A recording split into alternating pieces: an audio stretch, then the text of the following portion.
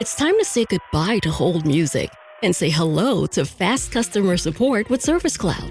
With trusted AI and data working together, you can skip long wait times and deliver efficient, personalized service right away, all while keeping support costs low and more customers happy. Reimagine your customer support with the #1 AI CRM for service. Learn what's possible at salesforce.com/products/service. This episode is brought to you by Carnegie Mellon's Tepper School of Business. Want to advance your career or switch fields? An MBA from Carnegie Mellon's Tepper School of Business can help. Earn your degree from a top-ranked business school with a thought-provoking curriculum, one-on-one leadership coaching, support from experienced career counselors, and full-time, online hybrid, and accelerated MBA formats. Join the intelligent future. Visit cmu.edu/Tepper to learn more. Welcome to the Age of Jeremy. Before we get started, please make sure to subscribe to this podcast. I am the leader when it comes to advice with business content, creation software, taxes, investment, education, and all the hobbies that I enjoy. Make sure to follow me on Instagram, Facebook, TikTok, and Snapchat, all at Age of Jeremy. You can also check me out on Twitter at Age of Jeremy Q. Also, please follow our Age of Radio Podcast Network Instagram channel at Age of Radioverse. If you want to join our growing community, head on over to Facebook and check out our Addicted to Podcasting Facebook group. If you have a podcast, feel free to join our Facebook group and advertise your podcast. We will also be launching a Discord, so stay tuned for that. You can get updated here, or you can get updated by joining the Facebook group Addicted to Podcasting. Make sure to follow our Age of Radio Twitter account at Age of Radio. We will be hosting Twitter Spaces soon with the podcast hosts that are on the network. And last but not least, make sure to click the link for Merlin in the episode description to sign up for the Merlin waitlist. Merlin is a new app coming from my 3T Warrior Academy and my software company Blockheads. It is a crypto app that allows you to link to your exchanges to see your gains and losses. It will also allow you to create an exit strategy that will notify you when the target is met so you can execute your trade. All right, well, I think that's it. Let's get on with the show. My name is Jeremy Quintanilla. You are listening to Age of Jeremy. I'm an entrepreneur, and I'm the co-founder of Age of Radio and 3T Fitness, and, well, other businesses that I am working on. This podcast is about everything that I learn and the trials and tribulations it took to learn them. I hope you enjoy.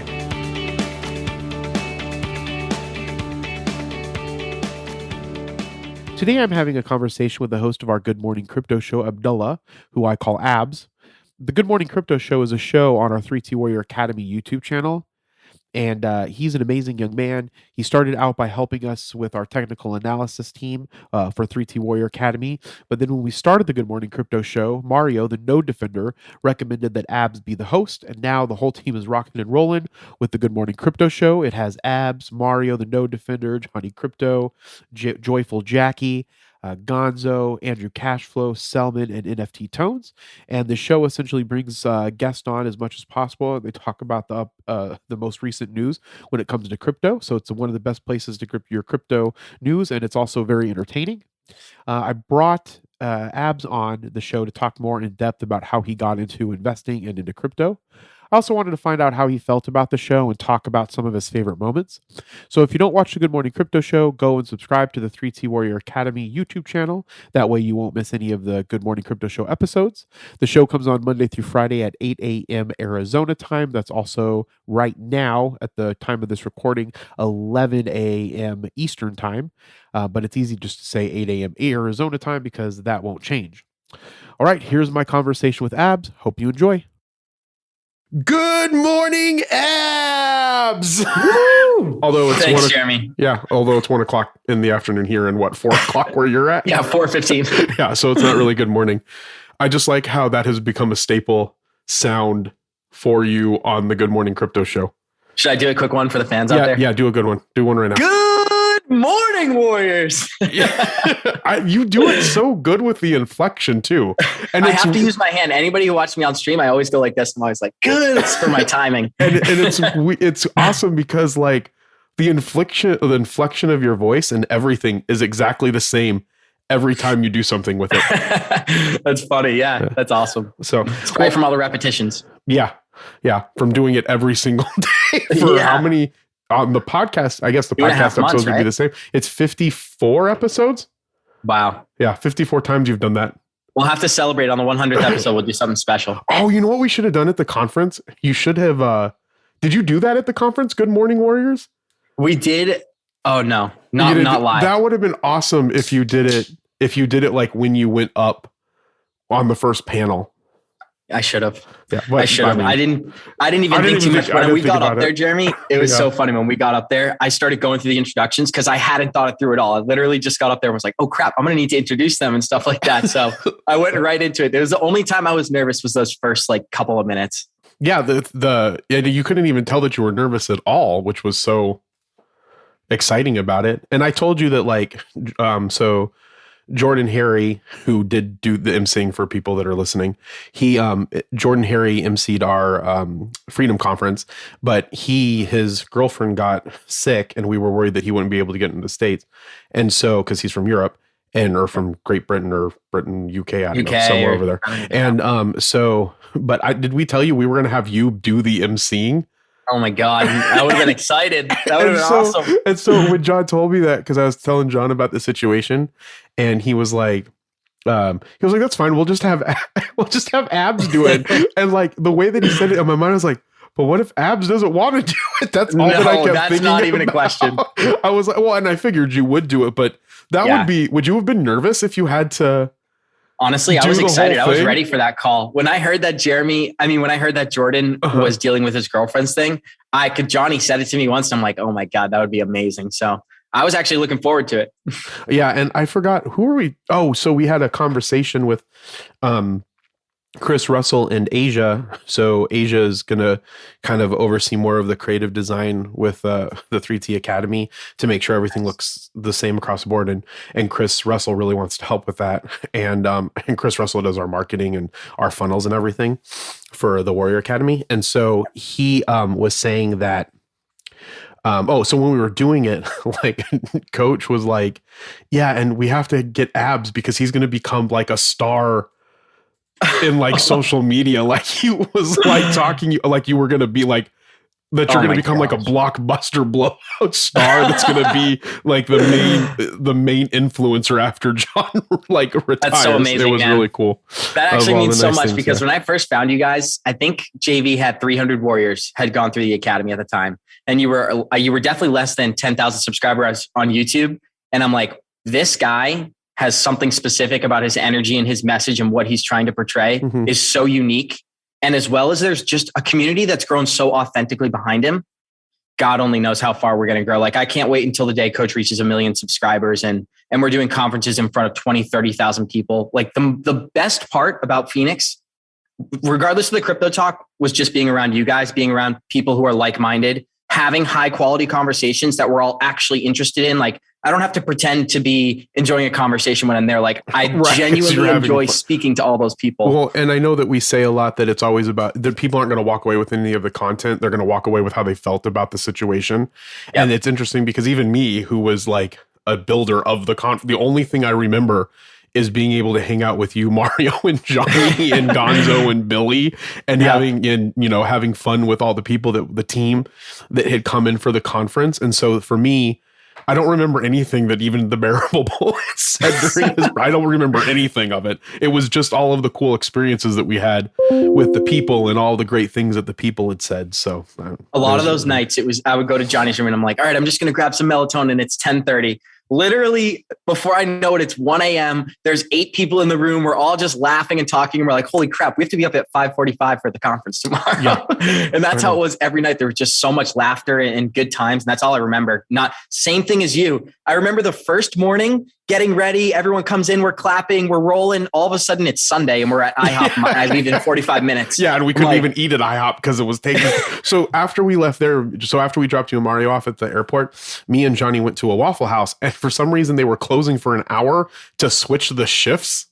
And so they wouldn't even let us sit inside. So we went to another IHOP and it was like the same thing at a completely different IHOP. But how did you guys manage to pull that off when Johnny only flew out an hour after? Okay. So, well, no, he flew out. I thought he flew out an hour after you, but it was like, yeah, I guess so. Yeah, it was only That's an so hour. Funny. So when we got to the IHOP, we talked to the lady and explained the situation. And so when she brought the food, she brought the check. So we paid when Nice. she got that.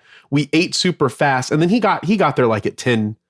Well, his flight was out at 11, I think. So he got there at like 10:15, and he was fine. I know. I was lucky. This time I wasn't as sad leaving because I had Mario to walk me through the airport. We were at the same gate. So it was so funny. Like, at least I had somebody with me, like all the way to the airplane. Last time I was in Phoenix, I'm sitting there and I had a layover. I had to go to Vegas and then back home to Tampa. And I landed in Vegas and I'm just like, man, I'm having a lot of new emotions right now about how much I'm going to miss these people. Well, it's interesting because the only people that so me and Coach don't do a lot of stuff together outside because he's taking care of little John, and with all his time he wants to spend with Raven and raising the kids, which I completely understand, right? And then Kevin has, his family, and the only people that I tend to hang out with, I have a few, like 2 or 3 good friends that I'll go and see Marvel movies with because I'll rent out a movie theater and we'll go and watch the movie. The whole theater? Yeah. So we'll like one of the. So not like the whole theater, like all of the room viewing places, but like, yeah, I'll do a theater, and it's expensive, but it's not as expensive as people think. If you were doing decent and it's not that bad, but like if you don't have money to do it, then yeah, of course. But like when I tell that to people, like, oh my God, that must be like, it's not that much money. Like if 4 friends wanted to go and do it, it would be like $100 a piece. It's not that big. It's not that big. So we're doing that in Connecticut. Yeah. We can do that wherever. We can totally do it wherever. I'm down for it. I love it. I'll even pay for it. You guys don't have to chip in because I love movies. And so when we so I'll do that, and then Dustin kind of started doing that with us too because Dustin likes role playing games. So then Dustin plays D&D, and then I play Dungeons and Dragons with that same core people. The point of what I'm trying to get at is that it was sad for me because I had you guys here.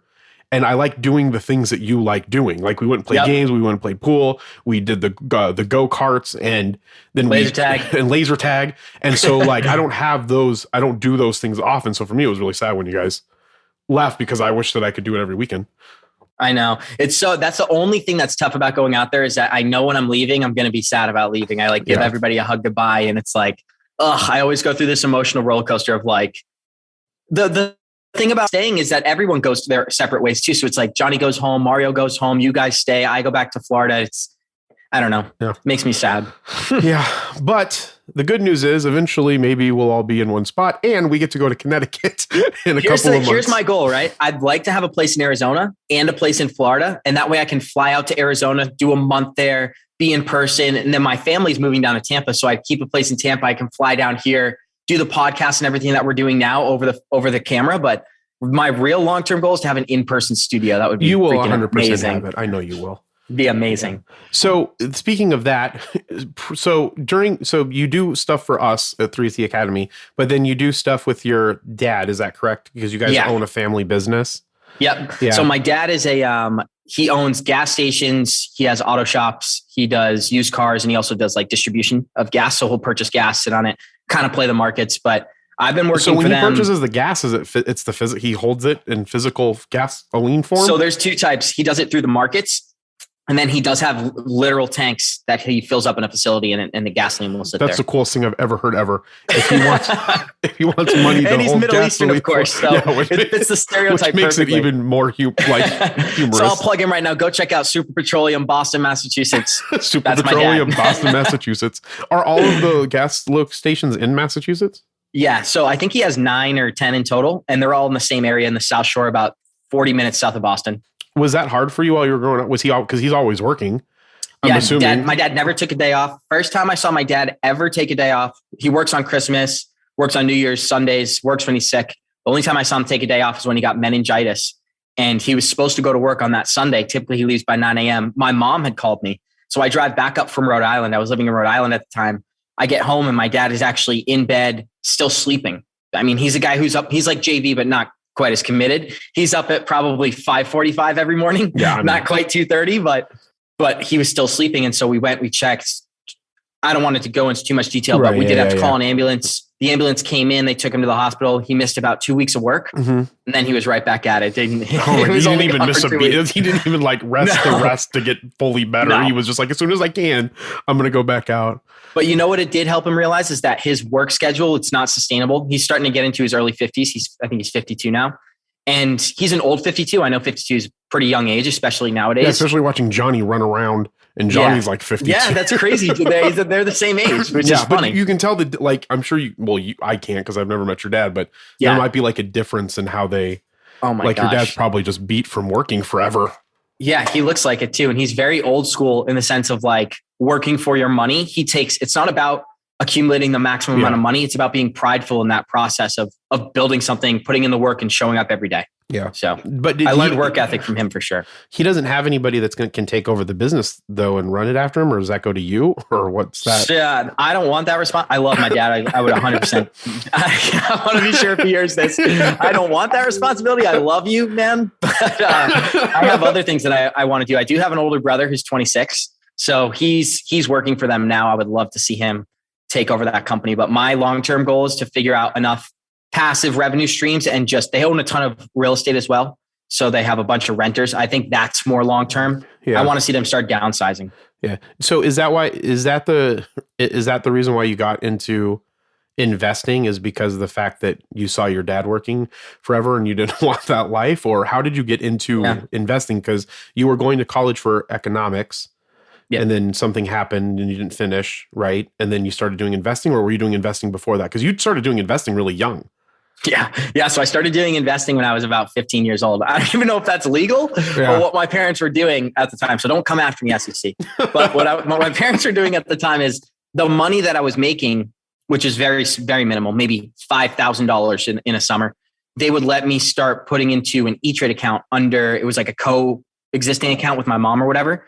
And so I really got familiar, and I was terrible. First few years, terrible. Like was probably losing 20, 30% on my portfolio every year from the time I was like 15 to 17. But I had a life-changing event take place when I was a sophomore in high school. So I ended up stopped going to school. I got in a bunch of trouble. Yeah. I lost my best friend, Jeremy. We've talked about this at the same time. So I lost my best friend to suicide. And I basically spiraled. I became like just a total mess, angry at everybody, didn't want to follow directions. And that led me to the point where my parents took me out of school, my sophomore year of high school. I was supposed to be a captain on the lacrosse team and all types of stuff. So my parents were like, no way, pulled me out, took away my cell phone, started working full time. And that's where I learned that this wasn't for me. I would get up at 6 a.m., go and get coffee with my dad, help him open the stations. Then I would get to Braintree, which is where his main auto shop is. Yeah. And I would be the guy who did oil changes, brake pads, inspection stickers. Oh, so they put you to work. Like, it was like not in like oversighting anything or paper. Like it was like, you're going to work. It was punishment. It was straight punishment. And then he would give me $100 every day. That was my pay. So I was working like ridiculous hours and in like terrible conditions. Like I smelled like gasoline. And I wasn't as into fitness yet, but I was still an athlete. I wanted to play Division I lacrosse. That was my ultimate goal. And it was just a rude awakening that once school is over, once this ride of high school and friends and then college and sports, once that's done, everybody gets this massive reality check, I think. And that typically happens in their early 20s. I got mine at 15 years old. Yeah. Yeah. So then from the investing, how did you get into crypto? Because you didn't get into crypto until you started watching Coach, right? Yeah. So I had a roommate freshman year of college. I went to Manhattan College, who was obsessed with Bitcoin. He used to have a 70-inch TV in our room, and it would just be the monitor showing the price charts. And he would talk about this stuff. Yeah. That's intense. He was an interesting character, but he showed me, I guess that's the first time I was subconsciously exposed or consciously exposed to a lot of this stuff. And I didn't take it seriously. And then I watched Bitcoin go to 20 grand. I had a lot of conversations with my parents about getting involved. Never ended up actually buying in. Then fast forward a few years, March of 2020 comes around. We get this huge crash in the stock markets. And I realized that my form of investing was slightly outdated.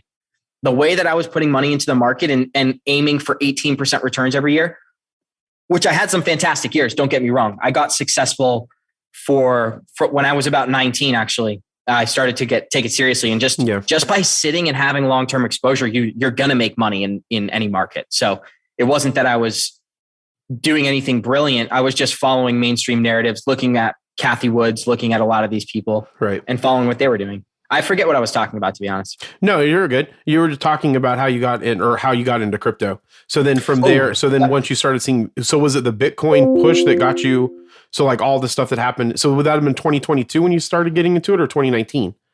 No. So 2017 was my freshman year in college. So that was when I first got exposure. Then March of 2020 came around, stocks crashed. I had cash on the sidelines because I had been listening. I knew a crash. I didn't know. I thought a crash was going to come. Yeah.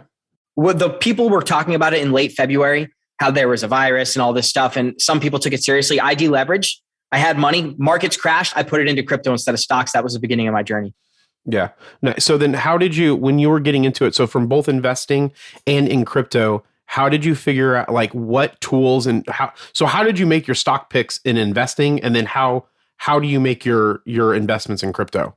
So it started off by me doing mainstream stocks like Apple, Tesla, PayPal, Alphabet Inc., those types of plays. And then I shifted into high risk, low cap, those high volatility plays. And I had some real success. Like there was a couple of them, IDEX. I had a lot of success in the drone market as well. I think it was VIX. This is like 2 years ago, so I can't really remember, but that's where I shifted to. That's how I started to get more high risk before I entered crypto. Which is all just high risk as crypto. Yeah. So I would bet the biggest thing I would go off of was partnerships and adding key players to their leadership boards. So what I would do is I'd go on Twitter, hear about these companies, then go to their websites, read through their stuff. Got it. So you didn't do any like full charting analysis and like day trade. That's what's really interesting. Trade. I did zero.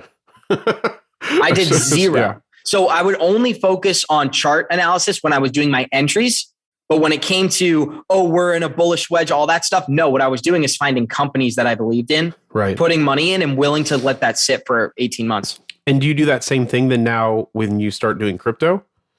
Yeah, but I have a different approach because back when I was doing stocks, there was zero holdings I had that were 60% of my portfolio. Right. Whereas now I've got 60% XRP bags basically packed and ready to go to the moon. But I've been ready since, for a while I'm ready and waiting. Yeah. So then, so you just keep that and then you don't do anything with it. Like you don't ever take anything from your XRP bags and make trades on it? So I do sell other projects. Like I play the market with large cap DeFis like ADA, like Cardano, obviously, AVAX, Polkadot. Polkadot and AVAX are two that I made a bunch of profit on this year specifically. Yeah. But in the past, like last April, my biggest mistake was that I didn't take enough profit. I had done my average buy-in on VeChain, for example, was 1.8 cents. And we were ranging above 20 cents for quite a while. Mm-hmm. And logically, in retrospect, I definitely should have taken some profit. I didn't. I had it staked getting like 1%. But the thing I have been doing correctly is utilizing all my assets to earn income. Right. Yeah. So with that, so is there any other type of investments that you do now besides crypto, or do you still do stocks? I own equity in a medical marijuana company in Massachusetts called In Good Health. Okay. That's somewhat of a family thing. I actually did an internship there. Oh, nice. Were you able to smoke weed while you were working? No, sadly I was not. My uncle was the boss. So it's a pretty cool story. Like they don't do stuff like this, but what they did is they brought me in because I needed a job for the summer and they ran me through every department there. So I literally was trimming buds all the way to like negotiating deals and getting to sit in the background and just sit there and listen to those conversations. So it was like, all happened within 4 months. It's going pretty well too. The medical, that dispensary, right? Or that business. Yeah. The business is, people will always smoke weed, whether there's a recession or not a recession. Yeah. It's a recession-proof business. Yeah. It's one of those things. It's like alcohol, like same thing. People need their alcohol, is it legal there now in Massachusetts? Yeah. Recreational. Recreational. Yeah. But that one started out as a medical marijuana, right? Dispensary or whatever. Yeah. So I believe they opened in 2016. They were one of the first ones in the state. Nice. And is that your father's brother or is it your mother's brother? It's my mom's sister's husband. Got it. Yeah. So nothing what I said at all. Somewhat. So how do you, now I just kind of want to talk a little bit about Good Morning Crypto because you do that and you talk, you do it every morning. And so how do you, I guess, I don't know if I have a really good like intro question to this, but like, I guess what I want to ask is how do you feel about being the host and then it doing so well as the host for Good Morning Crypto? Because it was kind of like John came up with literally the idea at a 7:00 meeting that we were all on. Well, would have been 10:00 your time or something like that. And we were talking and he was going on the frickin' vacation, right? Or to the Peru or whatever again. And he needed a show to be on, and you guys had been planning that, like covering just regular YouTube, what we were talking about and covering him. But then it just morphed into a Good Morning Crypto show in like a 30-minute conversation. And then when he asked who would host it and you said you would host it, and then you're just doing a great job hosting it. So I guess I want to give credit where credit's due, Jeremy. Actually, so he asked who would host it, and Mario recommended me. Oh, is that what? So I was on that call too, and I don't even remember that. No, but it is funny. I just thought, because it happened so spontaneously and like organically, there was no prior conversation, but I'd always been looking for an opportunity for something like this, just to have a place to talk to people about crypto. You know, which has been so cool. But yeah. So how do you plan for because you guys do it every morning at 11 your time, right? Yep. 11 a.m. Eastern. Yep. And 8 a.m. Arizona time for right now, right? 8, 9, 10, no, 9, 10. Yeah. 8. So how do you plan for it? Because at the beginning I was against you planning for it, but apparently I was wrong, and you plan for it every night and it goes really, really well. So how do you plan for it? Because you guys, I guess tell for people that haven't listened to the show or the podcast, because it's on the 3T Warrior Academy YouTube and it's a podcast wherever people get it. What is the content of the show, or like, what is the show like, or what is the purpose of it? So the purpose of the show is to tell people the most relevant and impactful crypto related topics happening that day. So what we're focused on is a lot of the mainstream headlines. Like what JV does is he dives deeper and he'll tell you about the World Economic Forums, like a lot of the agendas going on in the background. We're more surface level crypto topics, like Elon Musk direct impact, Grayscale opens a new hedge fund, Michael Saylor is purchasing Bitcoin. Those mainstream stories are what we like to focus on. And then we bring that to a more fundamental understanding of the market, try to give people peace of mind about what's taking place. Because the volatility in this market, it can be very overwhelming, especially if you enter at the wrong time. I have a ton of close friends and family who decided to enter this market in the fall of 2021. And are very confused about what we've been doing, because this is the great misconception in crypto. There's always this narrative of a wave that's about to take place that the regular retail investor is going to miss. So they say, you need to get in now because in 2 months, Bitcoin's going to be $100,000. And we always have those conversations in both directions, bullish and bearish. So, yeah. So to that point though, do you think that those things will get there, or so I guess my question is, so a lot of that stuff builds up because people get to information probably too late, right? Yeah. Or they start hearing about it as the hype is happening, because that's what hype is. And so then they get in at a point in time, and then they're just waiting and waiting and waiting and waiting. So do you feel at a specific point in time that we'll just use Bitcoin or XRP? Like you feel and know, and based off of what you understand about XRP and about Bitcoin, that they will get to those price targets at some point in time, and you try to explain that to people. How do you convince them to keep holding it and not leave the market? Understanding the problem that the individual currency solves. So if you're comparing it to Bitcoin, store of value, that's a little bit more difficult for people to wrap their heads around. But basically, I'd consider a Bitcoin a diamond. There's only 21 million of these diamonds. The current rate they're going for is about $35,000. It's that simple. People tend to overthink it because it's not physical. But if I printed a plastic coin and said they're 21 million and now these plastic coins are worth 35,000, I think the older baby boomer generation would actually have a much easier time wrapping their head around that piece of plastic as opposed to the software. Correct, because they can't conceptualize it or visualize it because of it not being a tangible thing. It's the same reason why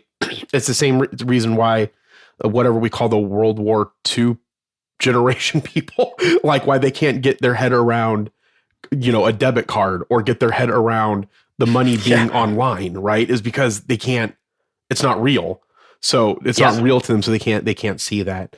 Well, what is real, right? You can have a conversation about our fiat currency is not real. No, it's not in any way whatsoever. That's why when people and we agree on ask me about that, I'm just kind of like, well, no currency is real. It's just a number. Yeah. And then the more that you change that number, and the more you increase that number, and the more you decrease that number on a piece of paper, right, or on a ledger somewhere, then that is what makes the other things that you can purchase and buy with it more expensive or less expensive.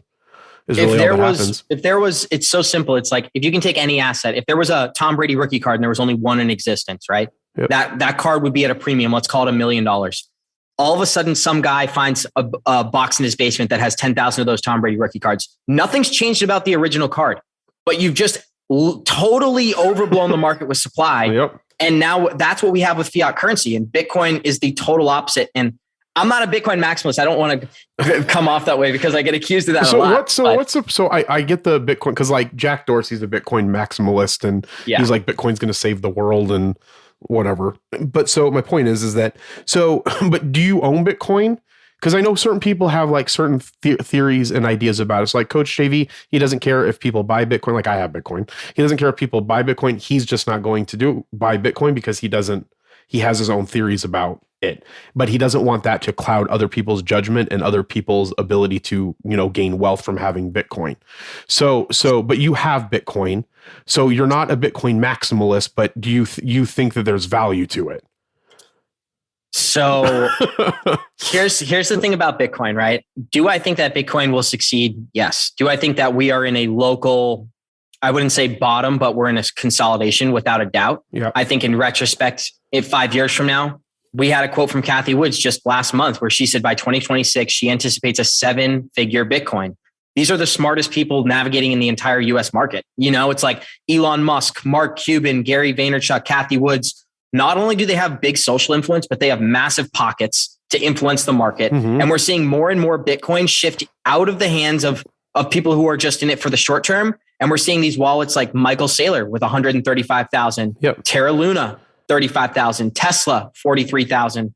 As those wallets get bigger and bigger, there'll be less and less circulating supply looking to exit the market at lower prices. So I really think that we're going to be looked at in 2 or 3 years. This was a buying opportunity where we're sitting today at $36,000. And there's a reason I'm saying this. It's because I bought Bitcoin today. Oh yeah. I have a reoccurring buy order on Bitcoin. It happens every, 2 weeks or something like that, or a month or something. I put money into Bitcoin. Yep. So I don't have a problem with that. I think people should have Bitcoin, but I guess my thing is that, do you think that they're doing that so that it gets to a price point and then they liquidate it so they're just doing it from a play to make money? Yes. But I think that they work so long-term that it's like a 5-year play almost. It's like they're going to need to dump a lot of this liquidity, but they're not going to do it until we're at least at, what did Elon Musk or whatever entity owns his Bitcoin, how much did he buy his Bitcoin out? When it was at what, 60,000 or something like that or more? Or? No. So Elon Musk bought his Bitcoin last January at, I believe it was just below 30,000. Oh, was it? 29,000. Okay. So I was completely. So they are profitable. So they're profitable right now. So they're doing well. Yeah. But this is what we talk about on the show all the time, Jeremy. Me and Johnny always talk about this. That's why we don't think we'll go below those levels. Because the second that they're below 29,000 and Michael Saylor's average buy-in is 22,700, these are the bottom floor levels for where Bitcoin can because go. That's when they're There's so much liquidity there. If they dip to those prices, those huge wallets are going to be taking out loans for billions and billions of dollars and just dumping it into Bitcoin because it'd be brilliant. Yeah.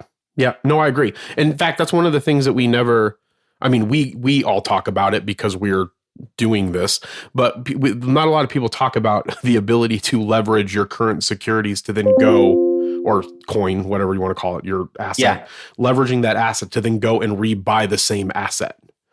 And and that's one of the biggest things that people can be doing. And that's what we're seeing. Because isn't that what Michael Saylor's doing or did? Exactly. Actually, he did it for $200 million last month on Bitcoin. $200 million buy. Yep. So then are you just going to be holding your Bitcoin then until you see it get to? I am. So I actually have a plan. I'm taking my Bitcoin and I'm using it on a lending service called Freeway. I'm going to earn about 38%, or I think it was 37%, because there was a couple of things I decided not to do. You can get up to 43%.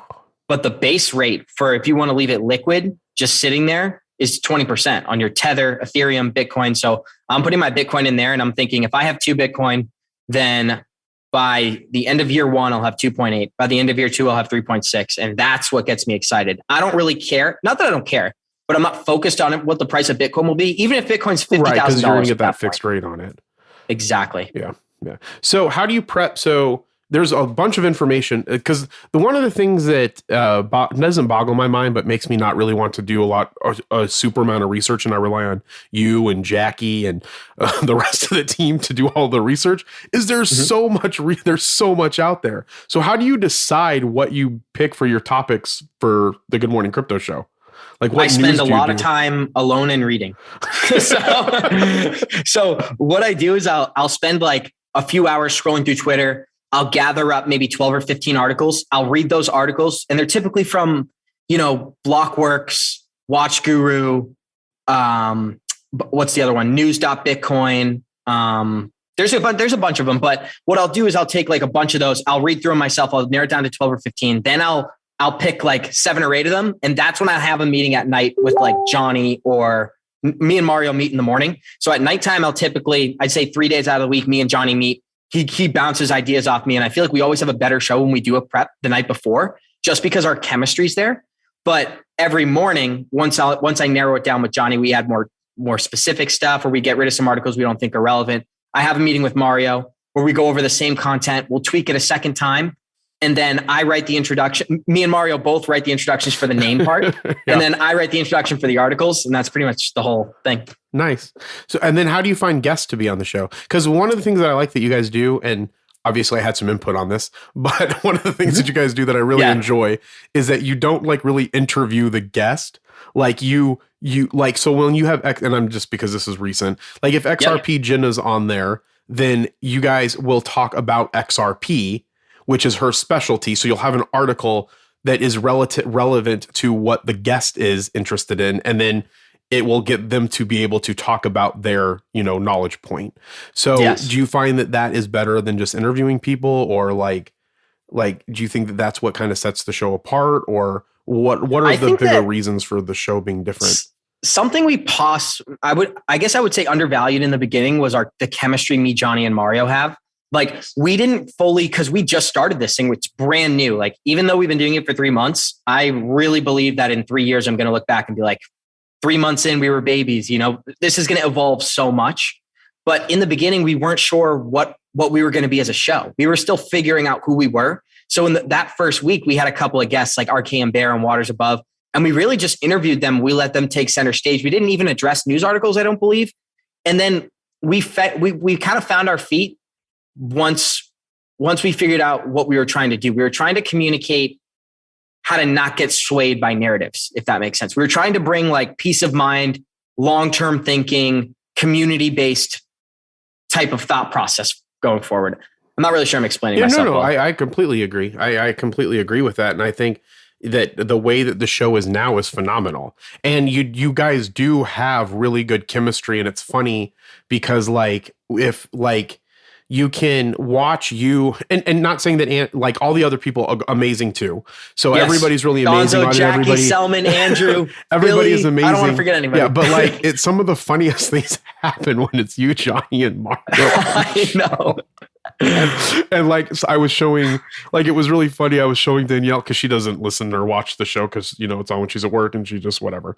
And so she'll watch it occasionally if I have it on, or because sometimes I'll throw it on in the living room to just see what was going on the show. And which I appreciate. That's freaking awesome. And so it was funny. So I was telling her about some of the funny moments that happened with Johnny, and I do it, and I'm trying to find the first XRP Gen episode, I think it was. Oh my goodness. And so I'm trying to find that. And so the first thing that happens, it pops up and Johnny's there with his fucking his tank top on. And I'm saying, I forgot what I said, but the first thing that came out of Danielle's mouth was like, yeah, and maybe he shouldn't be wearing that tank top. And like, it was just funny. Like just the people being the people is what makes it humorous. And like, you can find funny. That's what's so fun about being on there is like, if you look at it, you can make fun of all of us. That's what makes it fun. Exactly. Is because we're just regular people, like not trying to, just having a conversation. It's not trying to be this, amazing like production. We'll continue to make the production better, but like, it's just funny because you guys just talk and share your insight and go back and forth, and it makes the show just freaking hilarious. And the best part is that we've never been, and this speaks to like you and JV so much, you've never even hinted that we're supposed to act a particular way. We just get to be the most raw and authentic version of ourselves. And that's why Johnny Crypto is so freaking funny, because we let him be unfiltered. He swears, he says hilarious stuff. Like people love him. And that's why I think he brings such a unique freaking energy. Is there's no self-consciousness involved. He's just being himself. Right. And that's like the most important thing. And like, not to say anything, negative about anybody else's show, but they're trying to put on they're trying to create personas about themselves. Like, yes, Mario goes by the No Defender Online. Used to go by Abs because no one can say your name. And then Johnny goes give it a shot. It's Abdullah. Abdullah. And then Johnny Crypto is Johnny. They're not trying, they have like their, handles or whatever you want to call them, but they're not like trying to create a look or a feel about who they are. They're just being themselves. And that's in my opinion, the only reason why I started to do any of these journeys with John is because I'll be honest. I liked John when he was in the bank, but I love him now. Like, I love him even more now. Like, he's getting to be himself. And you could see even when he was at the bank that he wasn't himself and I wasn't being able to be myself. And it's weird to see if you just allow people to be who they are and not get them to just focus on a stereotype or on a thing that they have to be. No matter how funny they are, no matter how people can make fun of them, people will always gravitate to those people. And I think that that's why the show goes good. And not saying anything about like Around the Blockchain or any of the other shows, but like around when the people, the small amount of influencers that I've been privy to with crypto, everybody's trying to create an image. And they're trying to create an image that wasn't them originally. Right. Where I think that that's one of the biggest differences about Coach, you, Johnny, Billy, Mario, Jackie, Andrew, Selman, Gonzo. You guys just get to be you. And we're not trying to stop that, because if we stop that, then, or if we try to say to do this, to be this way, that's going to hurt it, where it's growing so great because you guys are allowed to be yourselves. I don't know why I went on that one. If you just think about how this particular group came together, Jeremy, it's been such a unique process that I've always had this calmness of everything's going how it's supposed to. And it's just so amazing. Like, we haven't even known each other maybe at this point, I think I first flew out to Arizona and met JV in person in May of last year. Yeah, but I didn't meet you at that. I met you at the Vegas trip in July. So it hasn't even really been a year for me. Which is crazy. And think about how much has changed. We can talk about the developments in PCA, in the Warrior Academy, on podcasts and TV shows and stuff. But when you just think about our relationships, how we're like very, very close. It's not like there's no act. And that's what I like it so much about the Good Morning Crypto show, is like, it's just a lot of our conversations we would have if the camera wasn't on. Correct. And that's what makes it amazing. Yeah. It makes it really, really amazing. So what's been your favorite episode that you've done so far? Oh man, it's so difficult. Nothing really comes to mind. There's not a particular episode that comes to mind, but what has actually surprised me so much is how much fun I have during the prep with Johnny and Mario and Gonzo. And like when we're prepping before stream and stuff like that, I've actually enjoyed that. I wouldn't say as much as the show, but almost as much as the actual show, just because like there's been so many funny moments that have come out of it. And we've gotten so much closer because we're working together so much more often. So it's just been a blessing. I think everything is going exactly how it's supposed to, regardless of how I feel about it. And that's how I choose to look at it. Yeah. And it is going really, really well. It's growing. Yeah. And if once we continue to do advertising, and then as crypto continues to get bigger, or people find you guys on TikTok and grow, because that's one of the things that's also interesting to see is how well you guys are growing on TikTok. Or not on TikTok, on Twitter. Jesus. None of you are on TikTok. No, we're not even on TikTok. I was going to say, I'm like, wait, this is news what's to me. happening? We're growing on TikTok? No, on Twitter. I'm sorry, I did a TikTok not too long ago, so I guess that maybe that's why it's on my mind.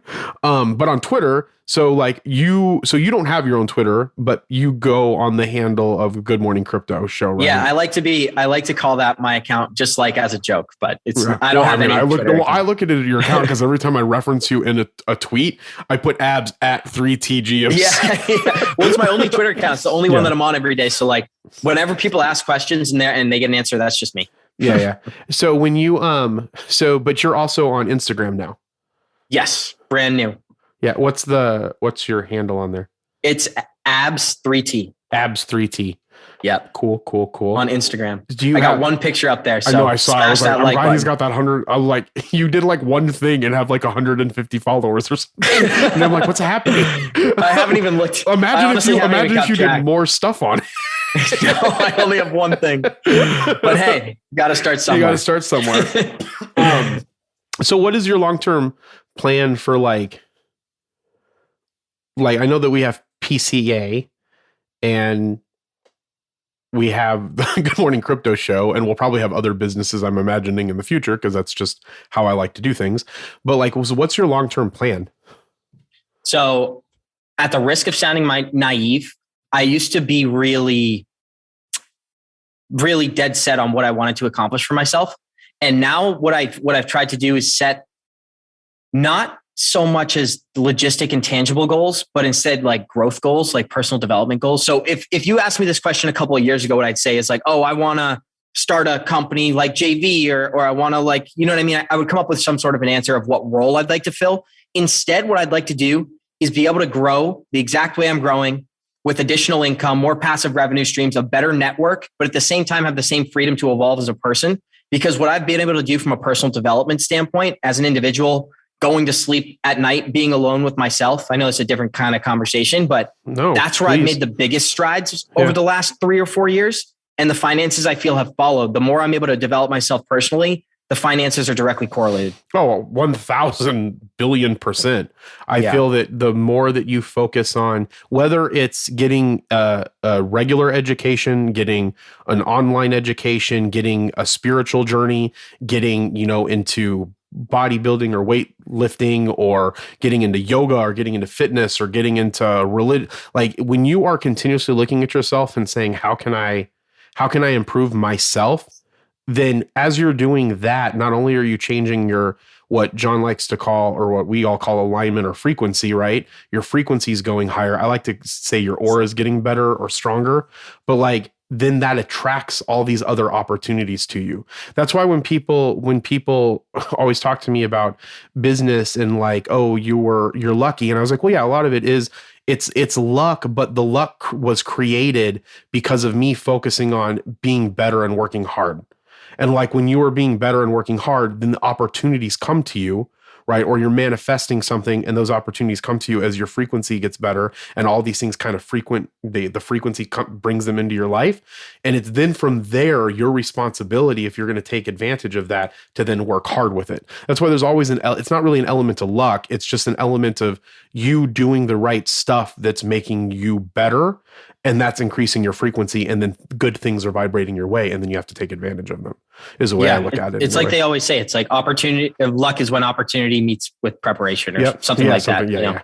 So, but one of the things that I've come to realize is that I had a philosophy change when it came to the way I look at people. And this is a little bit different conversation, but it's cool. No, please. I would share this with you if we weren't talking now. But what I did think was, I used to look at people and say, well, who's there for you when you're down, right? I used to say like, who's got your back no matter what? And I don't want anyone to think I'm talking. This is just general philosophy. So I'm going to throw out something a little bit outlandish here, but it's not directed at any individual. I'm just thinking, it's directed at Johnny Crypto. It's not about Johnny, not about Mario, not about anybody. So just to preface myself.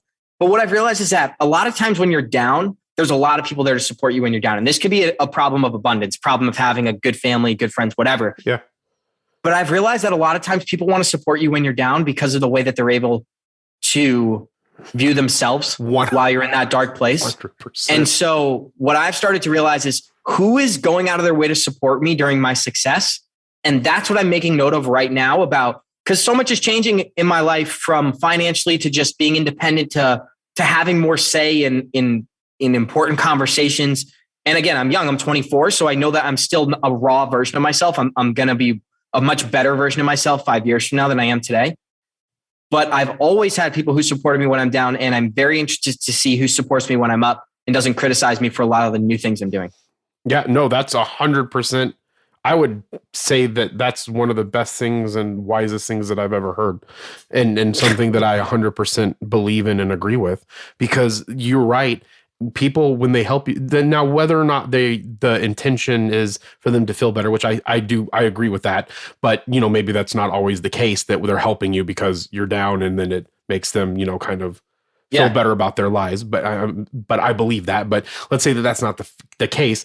But then where are they when you are successful?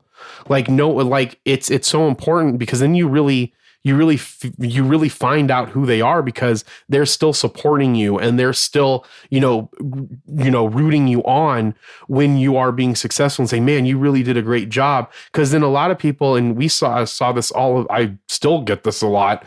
There's so much jealousy out there when you're being successful. That's the reason why they come and help you when you're down, because they saw you rise, and then they saw the shit happen, and like, oh, well, I told you that it wasn't going to work out, but I'm going to help you because I'm a good person. But where are those other people when you're doing, like, when they're going up? I want to be around successful people. That was one of the hardest decisions that I had to make. And not only do I want to be around success, and by hardest decisions that I had to make is like, I cut a lot of people out of my life in my late 20s that I was like, this just isn't good, or mid 20s. I've done that a lot over the past 24 months. Yeah. And it sucks, but you have to, if they're your real friends and they're supposed to be in your life, when you raise your frequency, if they end up raising their frequency, they will vibrate back into your life. I truly believe that. If not, then they shouldn't be there, because their intentions to be with you aren't the best, in my opinion. And so, and here's what's hard. Yeah. Oh, sorry. Go. I think the hardest part is it's always easy to cut off somebody that you don't love or you like, but you have some animosity towards. But the most difficult thing that I had to deal with was not hanging out with people I genuinely enjoyed, because they weren't good for the self-development things I was trying to do. And it's a selfish way to look at it, but it's the way I needed to look at it, because I think there's times when it's very appropriate to be selfish. I do. Oh, 100%. It's super. And I think that selfish, I don't know if selfish is the best term for it, because a lot of people associate selfishness with like greed, right? Yeah. And it's not a greedy thing. It's just that it's your life. Like, you're the only one that can make it what you want to be. And if you're trying to go somewhere and other people, they don't want to go there with you, they don't have to. But it shouldn't mean that you should have to go back to where they're at, even if you love them and care for them. Because I would hope that they would be like, you know what? I understand. You need to focus on that. I can't do that right now. I'm not there yet, but I love you. So you go do that. And then maybe later on, maybe I'll want to do that too, and I'll go up there with you. And so it's a really hard thing, but it's a really important thing. And I think that if people did that more, and then they focused on and really thought about the people that they were hanging around with, and the people, whether it's to get rich, or if it's to stop drinking, or to stop smoking, or stop drugs, or to, just get a regular job. If you just hang around those people that you want to be like, you will start being more successful. Like, there's hands down, it has to happen. And if that is what you want, then it sucks. But I don't look at that as selfish. I think that's a wise thing to do. Because then if you go back to someone, not only are you hurting yourself, or if you go back down to their level or whatever, you're not only hurting yourself, you're going to hurt them, because they're never going to get past where they were struggling. If I can this is a little bit different, but something that I realized during my personal development journey was that life it can be much more simple than people want to make it out to be. They like to make things complex. And I think that if you look at things from a very black and white, simple perspective, it can make it easier. And so you can apply this to anything. Like, if you want to look good and be in shape, you have to eat correctly, exercise, and sleep well. Now, it doesn't go anything beyond that. You can do that 1,000 different ways, but every single philosophy when it comes to fitness or whatever, it's those three things. And I think it's the same thing with personal development. You have a certain set of patterns that you're doing consciously or unconsciously every single day. The more that you're able to direct those unconscious patterns to patterns that are healthy, that are development patterns, as opposed to, if your pattern every morning is to scroll through Instagram while you're on the toilet, by subconsciously programming yourself, so instead of you click on Instagram those first 10 minutes, you click on a YouTube video that has valuable information on it instead. Like, it's those minor tweaks. And I think that I haven't mastered it yet, but I think I'm getting much, much better at mastering my subconscious habits of, what do? Oh, I drink water the first thing in the morning. I get sunlight. I go for a walk. I don't listen to any media for the first 30 minutes of the day. I only do my affirmations. I only write down my goals, and I try to stay focused. Now, that's changed a little bit with the show, because sometimes I'm rushing in the morning. But I really do think if there's any young people listening who are under 30, let's just say, anybody who's under 30, if your parents don't agree with what you're doing, there's a chance you're doing things correctly. Now, I'm not going to say it's likely or it's definite, but when your parents are looking at your lifestyle through their old paradigm, it shouldn't make sense to them if you're doing things correctly. It should absolutely not, because then that means that we're not moving forward. In fact, when I see what kids are doing, I would prefer that I was doing those same things. Like, I'm like, oh, that's what you're doing. I'm going to go do that, because that's one of the problems that we have. And not to get to get into politics or anything, but that's one of the reasons why I think that having, and not to be ageist, it has nothing to do with ageism. It has to do with generations. Generations are different. Crypto. Yeah.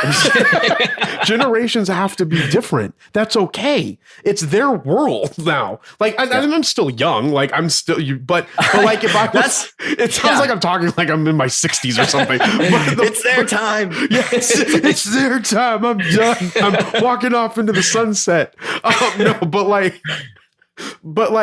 But it's okay. Like, when, like, we'll take this something stupid like Snapchat. People, I'm just going to be honest. Your generation is like one of the main generations that uses Snapchat. Like that 23 to maybe 29. Right. And so then why wouldn't I use Snap? If that's how you're communicating, I want to communicate with you guys. So I'm going to go and communicate. It's the same thing with Selman and me and my WhatsApp problem. I fucking hate WhatsApp. I don't want to be on WhatsApp. Me too. I don't want to be on WhatsApp. I don't want to do anything. But Selman, Melissa, and Elena, Colecti, and Bellino, because they're in Germany and in Europe, because Melissa's in Europe, they all use WhatsApp, because apparently in the rest of the world, everybody uses WhatsApp to communicate with everybody around the world. I was resistant to that. Their generation and their culture, not like international people that aren't just from the United States, their culture uses WhatsApp. So it's stupid of me to resist that. I will just use it. I'll learn to use it. I still don't like it, but I'll learn to use it. And my communication with Selman has gone up dramatically, because now I can get a hold of him. It's easy for him to get a hold of. I can get a hold of the rest of them.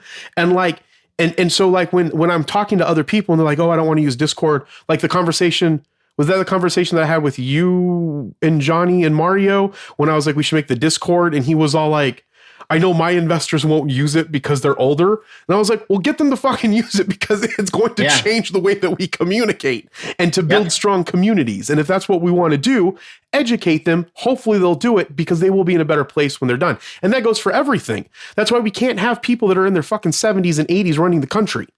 Like, we need at least people in their like 40s. Well, that's what's interesting. You don't even have to get political there. It's like both sides, regardless of who you support. Right. Where's the ambitious 55-year-old who's ready to take this thing head on? Instead, where you literally have 80. My grandparents are all younger than Joe Biden. Not in a political way. It's fucking crazy. And my grandfather's 85, 86. And I think he's still younger than fucking Nancy Pelosi. Yeah, that's crazy. Or Janet Yellen. That is fucking ridiculous. If we even had a 55-year-old, that would be 40 fucking years younger than the people that are 35 or 40 years younger than the people that are running the country. It has enough. I mean, again, I guess I meant political, like, because we were talking about, people in office, but like not left or right. That's stupid. That is the stupidest thing ever. Could you imagine an 80-year-old? How far would the Warrior Academy go if, like, John retired and a 70-year-old man took over? That's what I just said. How different would we view the Academy if JV was 82 years old? Yes, exactly. That's how we're looking at the United States right now. If you just take it in a micro sense, imagine if you had a principal of a school and he was 82 years old. Yep. It's like the way that things were taught were all fucking completely different. The way that we've learned, and that's what my problem is with it. And so I don't know why we got on that specific tangent, but it was a good tangent. But so anyway, where can they can find you on Twitter? They can find 3TGM Crypto. At 3TGM Crypto. Where can they listen to the Good Morning Crypto show? Apple, Spotify, and every single day, Monday through Friday, 11 a.m. Eastern, at the 3T Warrior Academy channel. Cool. You'll hear me say that every day. All right. So now to end this episode, do one more Good Morning Warriors. Good morning, Warriors. All right. I love you, Abs. Thank you so much. I'll have to have you on again. Awesome. I look forward to it, man. Always good talking to you. I love you, bro. Absolutely. All right. Bye. Bye. Thank you for listening to The Age of Jeremy. Make sure to subscribe on your favorite podcatcher. If you can do me a favor, please rate this podcast if your podcatcher allows you to. Talk to you soon.